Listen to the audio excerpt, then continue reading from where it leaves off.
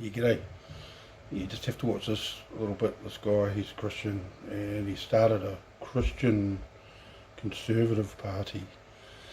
And I'll just hear him out. Just hear him out for a minute.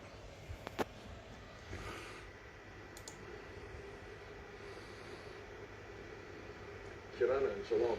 My name is Alfred Naro. My pito, my afterbirth is buried in this land of Aotearoa, New Zealand. I'm a Kiwi and a New Zealander, but I'm also of Pacific Island descent, with both my parents coming from the Cook Islands. They left their homeland in search of opportunities to work hard, settle down, and raise a family while becoming active citizens of this land. I'm proud to say that I belong to two countries, New Zealand by birth and Cook Islands by descent. I'm also proud to be a Zionist. That is, I believe in the right of Jews, whether by birth or descent, to return and live in peace and prosperity in their ancestral homeland, Israel. You see, I was raised with a grandmother who was both a Cook Islander and a Jew. Her name was Rita Goldstein, and her father was Marcus, who came from Poland in the 1880s and settled in the islands of Aitutaki. I've met so many Māori and Pacifica people who, like me, are both Polynesian by birth and Jewish by descent. You see, the legitimacy of who you are and where you belong is dependent on your ability to trace your genealogy and your ancestral lines.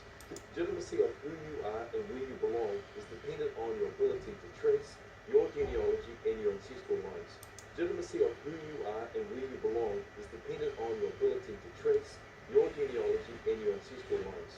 You see, the legitimacy of who you are and where you belong is dependent on your ability to trace your genealogy and your ancestral lines. You see, the legitimacy of who you are and where you belong is dependent on your ability to trace. So, how about that? How about that? How about that? How about that?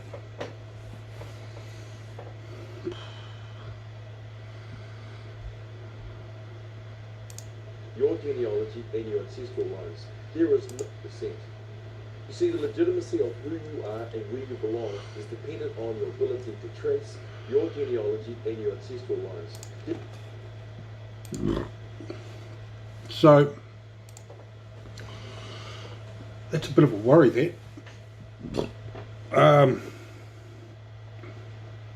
This is how crazy this belief that anxiety is wisdom is. This man, you know, good and well intentioned, you know, well intentioned and forthright and forthcoming, you know. I've just got a few questions about what he's saying, right?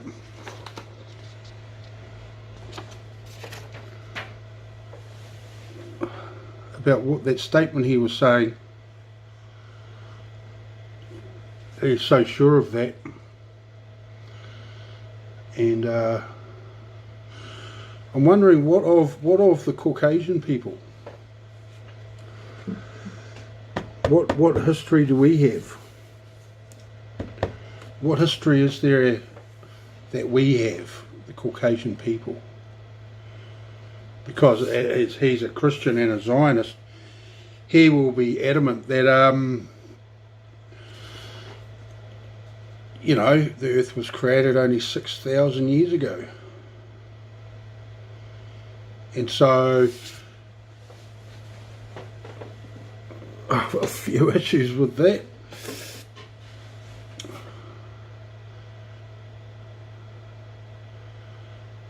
Because when we look at religion, why would it come up with this figure 6,000 years ago? Well, here's the scorecard of religion, right, for me, that when filtered, or when viewed from the perspective of awareness of the revelation of the 8 laws.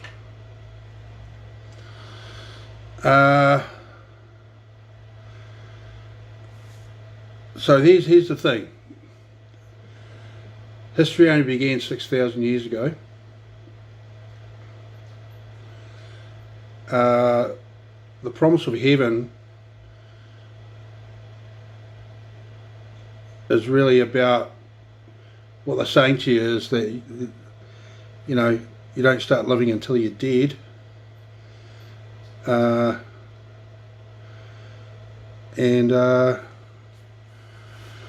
So not only does religion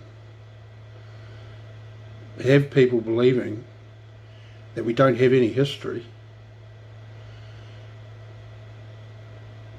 it also has people believing that you don't start living until you're dead.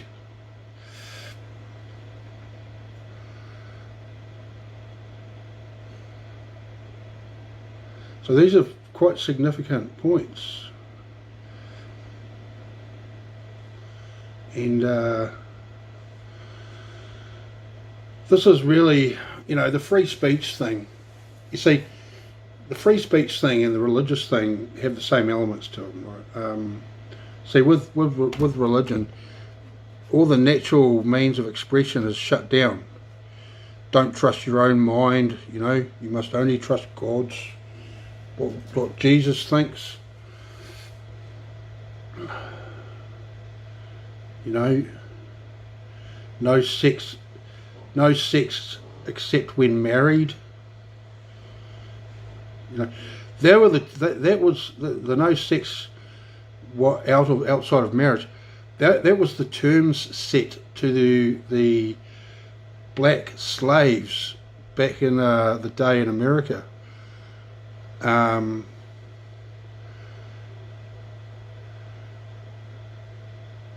And so religion also means that, you know, you don't need to value education.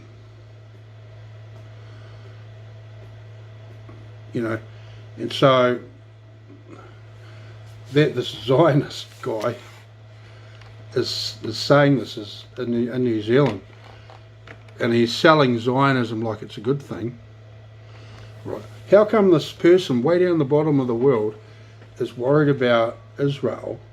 And as he put it, he wants the Jews to return to Israel. You know, they have done.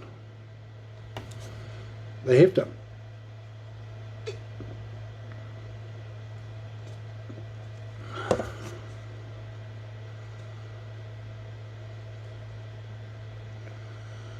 So I'm a bit shocked by that. This guy Alfred Nauru. I'm wondering if his dad was from Poland. If his dad was from Poland, he would have had a Polish name, right? And his mum was named Goldstein. How come his surname is Nauru? Because usually you would take the father's name, you know. But he has a name, he has a surname that's neither of his father or his mother. And so, this is a worry, man, this is a worry.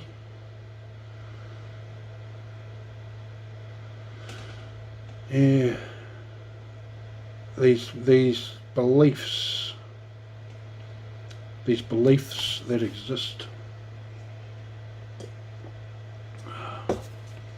So onto the free speech thing. You know, the word about free speech, you know, they're talking about these people who respect the microaggression. I'll just say that again. People that respect the microaggression, right? You know, and in my view, the only people that respect microaggressions are schizophrenics. You know, anxiety sufferers, you know, bipolar people. You know, bipolar really is the one that reads into stuff, things that aren't there, actually.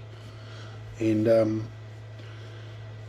But what it really is, it's replicating the function of anxiety. You know, the free speech thing, the hate speech thing. So you've got free speech and hate speech. And so really the only people really interested in this is the media. You know, no one else is thinking about this stuff. Oh, in the universities they are. In the universities they are. And so for me though, it's hate speech to try and limit the expression of consciousness. Here's the thing. Alfred Nauru there, he's worried about Zionism, he's worried about Pacifica people, and that's mostly what he's about. That's mostly what he's about. And so he won't understand this problem, because what it is according to Zionism and religion, okay, on balance, Zionism, then religion, and then the political situation in the country, where at this moment in time you've got hate speech, free speech issues. You know, all of it is about having the people acquiesce to control. Okay, and it's not control from ourselves. It's not ourselves controlling ourselves. It is a foreign thing controlling us. Okay, so people think they've got free speech, but they don't. They've got the anxiety thing going on, right? And it's either or either, because you could believe that anxiety is wisdom and virtuous, and in that respect, you'd bully people around you into being mindful of what makes you angry or not. And then there are people that believe in the expression of consciousness, and up until now they've had to deal with that. They usually capitulate to that, right? And but once the word of the revelation of the 8 laws is mainstream, then there'll be no more need to. And so that's what I'm about, telling everyone about that. So anyway, so those three there, religion and the political culture, they both are replicating the function of anxiety, because they want to minimise language, right? And so let's hold this up again. I've got this other one here. Hold on, wait.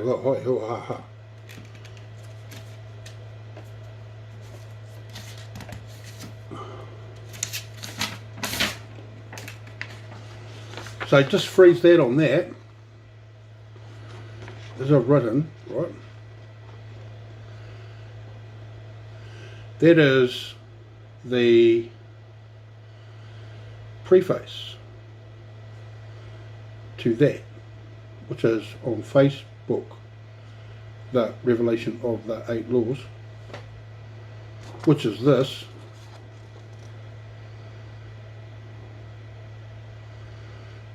We can freeze that and have a look. So this is the revelation of the 8 laws, because I've qualified anxiety as a political entity because it governs language. Because, as I say, the media telling bad news all the time is promoting anxiety as virtuous. Okay, so then I had the brain explosion that, well, anxiety is actually a political thing because it governs language. And then I back engineered that to that it's the event of birth that culture shocks anxiety into existence. And but the senior facet of it is that consciousness acknowledges anxiety. So what's going on is because of this, right? Because of this, because of the 8 laws of anxiety, right? There is zero possibility for any more development of our culture within the jurisdiction of the 8 laws of anxiety. Okay, and that's why these contentious things have been brought into our attention. The media's bringing these contentious things into our attention. You know, like the hate speech, free speech, racism, you know, and these kinds of things. For me personally, right, that you know, I'm not racist. I'm not racist, man. I believe that the Treaty of Waitangi is the most powerful political document in the history of the world. Okay. Oh well, maybe this might have some clout in that race of what's the most powerful political document in the world. See this here. God so loved the world, he put Satan here. That's a YouTube video, and the whole minimum judicial argument of this is under that video, right? And so yeah, I'm going to do what I'm going to in the future, in the near future, is take a statement into the High Court to have it legally tested,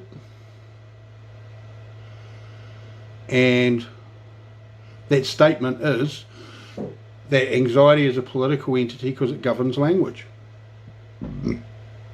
and that will and qualifying anxiety in that way, it makes anxiety tangible.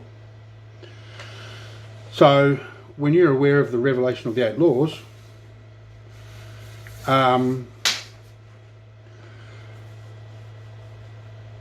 instead of shit just going on around you and you buy into it automatically, which is typically the case, people just buy into the stuff automatically, that it has maximum credibility. When someone replicates the function of anxiety, like getting all loud and angry and, you know, and all this kind of thing, and it's like, you know, everyone just stops and just whoa, and they go all quiet, and it's like, you know, little kids, you know, and so this is because it has the maximum political credibility, right? And so it's very significant that actually the event of the culture shock event of birth is why it has credibility like that, you know, because you had that experience at the most impressionable moment, and because of the actual nature of consciousness, we carry that with us as we go. That same consciousness only exists now, and it brings all that with us, and consciousness has a very, very powerful memory for this type of thing. And as we see by anxiety, as the anxiety has inverted consciousness to be of the opposite character that it should be, anxiety has no memory, right? Which is why they feel the need to remind everyone on a regular basis what they're about, right? These people that, and usually the most common thing is the aversion to communicate. They have an aversion to communicate, and so I know I've been in situations where I've been talking to someone who's a churchgoer, and I'm talking away, you know. And as soon as one of the hierarchy of the church sees that an outsider is talking to one of their members, they immediately get in between the two. Immediately, right? Which is evidence that they have an aversion to communicating, right? And this other time I was talking to this guy, he was there with this young woman, you know, and he's like in his 50s as, and this girl's just a teenager probably. And I was telling him about something, and he quietly, see, we were here, and he was here, as we were talking, and the girl was kind of standing back here, behind him kind of, and as we were talking, he slowly moved around me like this, like, you know, drawing my attention away from this girl, right? See, that's called political protectionism that anxiety does. That's the political protection that anxiety does. And unlike consciousness, which takes the long view, where we feel it's easy to forgive because in the long view, a small instance of something is not a big deal at all, you know. And so yeah, that's the thing of anxiety, having the aversion to communicate. And you see, I'm pretty sure also that this business of the free speech thing, this is actually a political flanking action, right? To actually increase the value of the media is what it is. That's what it's really about. Because the media replicate the function of anxiety by promoting anxiety as virtuous, right? And so this here now, if you haven't read the Revelation of Eight Laws, you better go along and see it, because I'm basing everything on what I'm saying according to my awareness of the Revelation of the Eight Laws. So I could say that the Revelation of the Eight Laws is the context of my analysis of the synopsis, the findings, the conclusion. What is up with that shit, right? So you see Mr. Naru at the beginning there, he's going on about it, like, we'll go have another look at it, have another listen to it.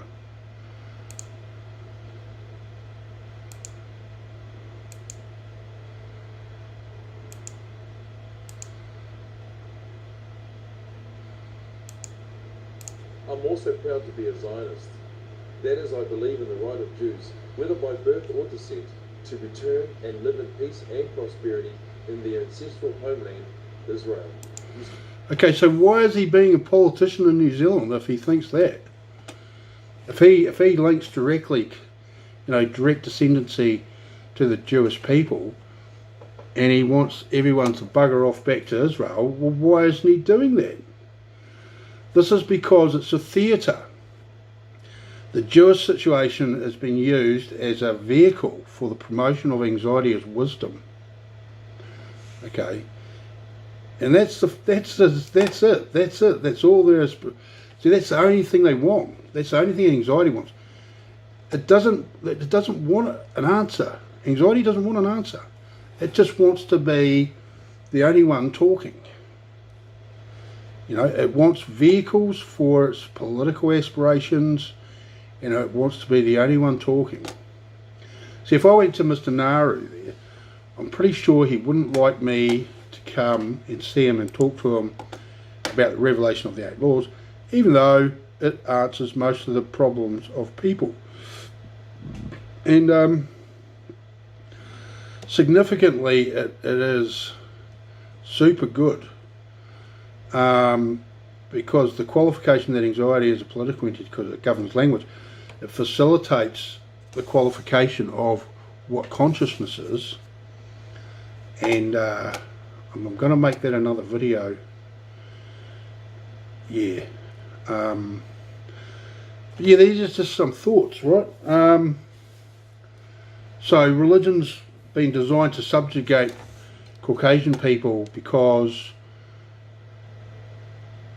the Jewish people believe that anxiety is virtuous, so they seek to control and benefit from the energies of other people, which is always the case. There's always like the sociopath, you know, he finds out stuff about your life, right?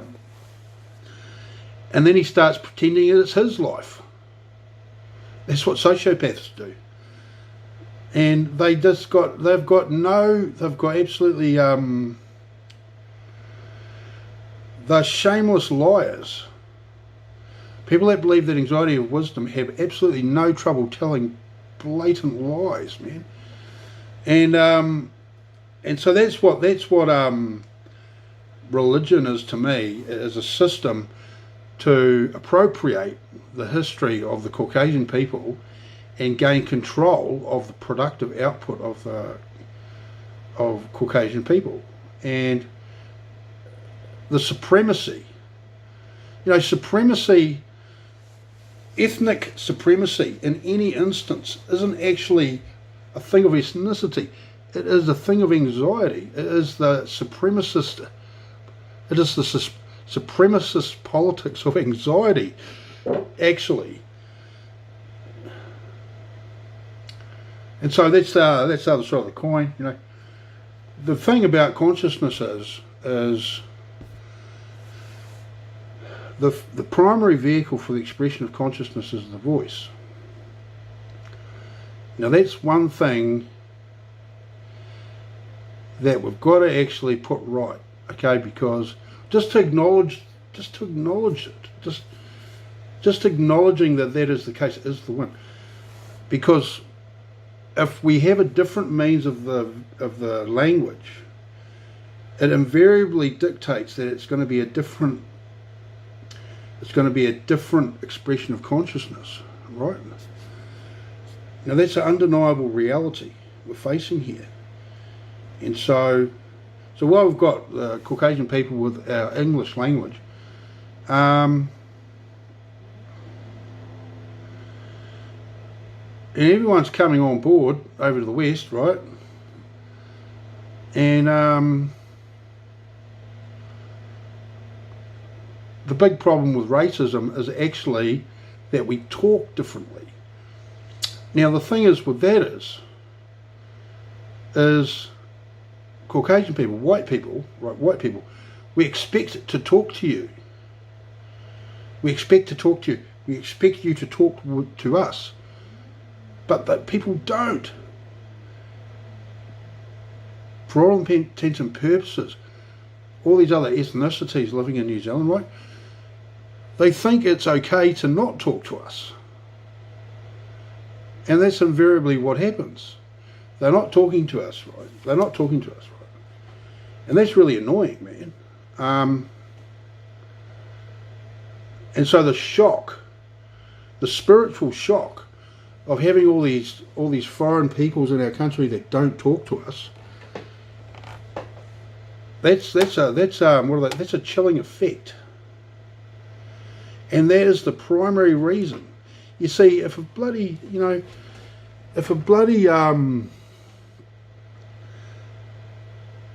anyone else, right, could be Nigerian or Iranian or fucking anyone, came up to me and was speaking in a really heavy Iranian or whatever dialect, okay, it would be difficult to communicate, and he'd be frustrated because he couldn't communicate how he wants to communicate, and see, so the Caucasian people, the white people, it seems that they've got a spiritual sickness. If they can't talk to us, and language is the primary means of the expression of consciousness, it would appear that they would have something wrong with their consciousness. They've got there's some real broken thing about it, man, that they can't communicate they can't express consciousness, right? Now, this, I'm saying that that's what white people deal with. That's what I deal with, right? And then I make out like the bad guy because that's how they use it as a means to defend themselves against getting noticed that actually having a foreign expression of consciousness makes them look like a foreigner. And they cover it all up by making out that the local person has got the problem. Okay, and so this is really what the political system is doing. It's trying to pretend that it's not happening. And that's why they've got a big confusion thing. They want both hate speech laws and free speech laws. And they can't decide what is what. They can't decide if free speech is a hate speech thing or a hate speech is a free speech thing. When actually it's the different language means a different expression of consciousness, and because regardless of the language, you have that same relationship with consciousness. And so in these moments that this goes on, there's a lot riding on it. You know, it would seem that because consciousness is actually everything, these moments mean that, you know, we have to carry it, we have to engage with it and cope with it like everything's at stake. You know? And so really the racist thing, now if we talk about the racist thing, racism thing, if we subtract the element that is a product of the long-term exposure to this facet playing out, and we just look at the elements that are in play in the event of the disturbance, right? I mean, it's as I said, because actually everyone values the expression of consciousness. That's the thing about it. See, Islam hasn't come to the West to Islamize the West. What Muslims want is the westernization of Islam because they love the expression of consciousness. You know, you see, and the money is the measure, man. And they might say, "Oh, we're coming." Well, they might secretly not like to admit that they've come for the money, but the money is really only a byproduct of the expression of consciousness. You know, the money is only the byproduct of the expression of consciousness. And see, that's the trouble with the rich people. They've got a situation there where the more money they've got, how the experience plays out, the more money they've got, the more consciousness they've got, because the function of money is the great imposter of the function of consciousness. As the function of consciousness exists in the spiritual realm, money in this physical realm, this is the great imposter to the function of consciousness. You know, this is just pointing out that this is the most mind-blowing thing, being a human being on the earth, on our giant spaceship, you know, in all the universe. It doesn't matter what nationality you are, in all the universe, right, in all of the universe, which is bloody enormous, with literally billions of planets out there.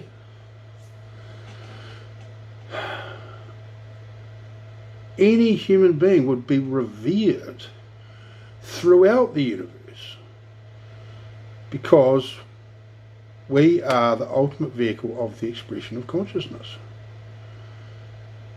Now I say that, you know, we're actually not really, you know, we've achieved that, you know. But because of the presence of anxiety, the belief that anxiety is wisdom and virtuous, and because of religion, I mean, if it wasn't for religion, we would have had computers like 400 or 500 years ago. And that's a fact, man. And so we've merely only, with the revelation of the 8 laws, we are now got the passport to leave the caveman days, man.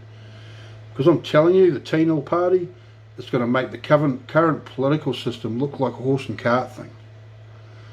And it is. It's a horse and cart thing. So all the world, I'll say this, right, what the TNIL party is going to do is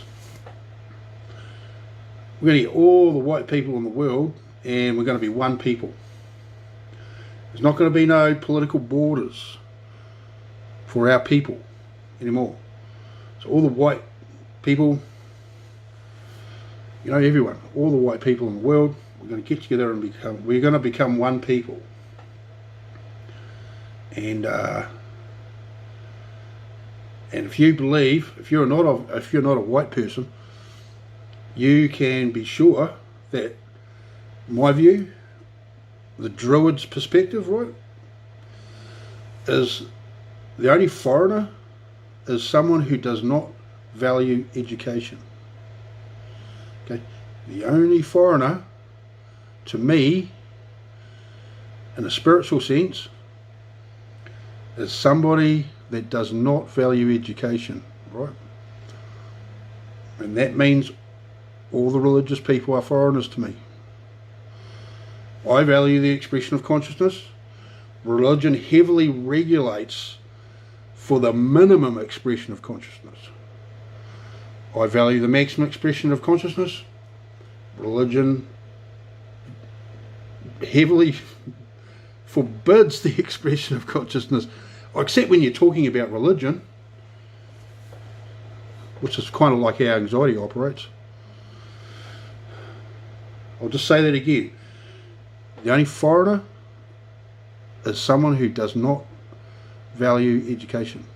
Anyone who values education, we are already speaking the same language, even though we might not even have the same language at all, but you can tell it in the eyes, man, how they carry themselves,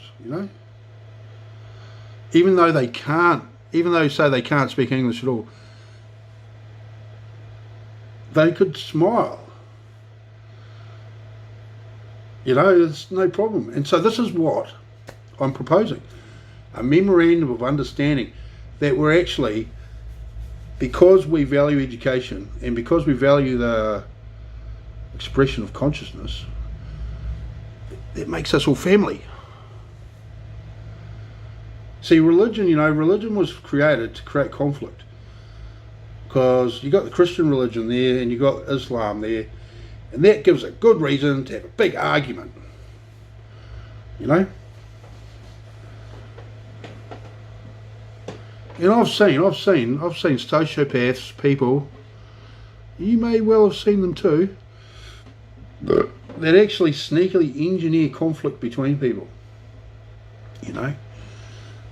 like someone who's talking to someone else's girlfriend too much, obviously too much, and then they go off and tell this, and then the talk starts, and then there's a big, that's a good day's work. If a sociopath can cause people to have an argument,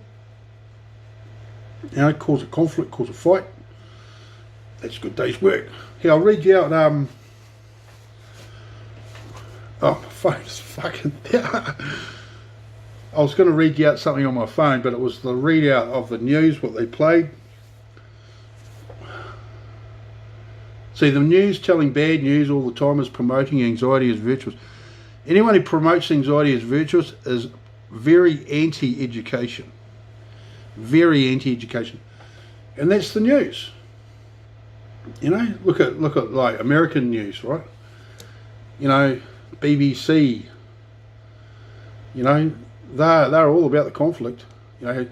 I've witnessed, literally hundreds and hundreds of news reports from the BBC about conflict situations, and they are almost sounding like they're happy it's happening, They always promoting, you know, they always edge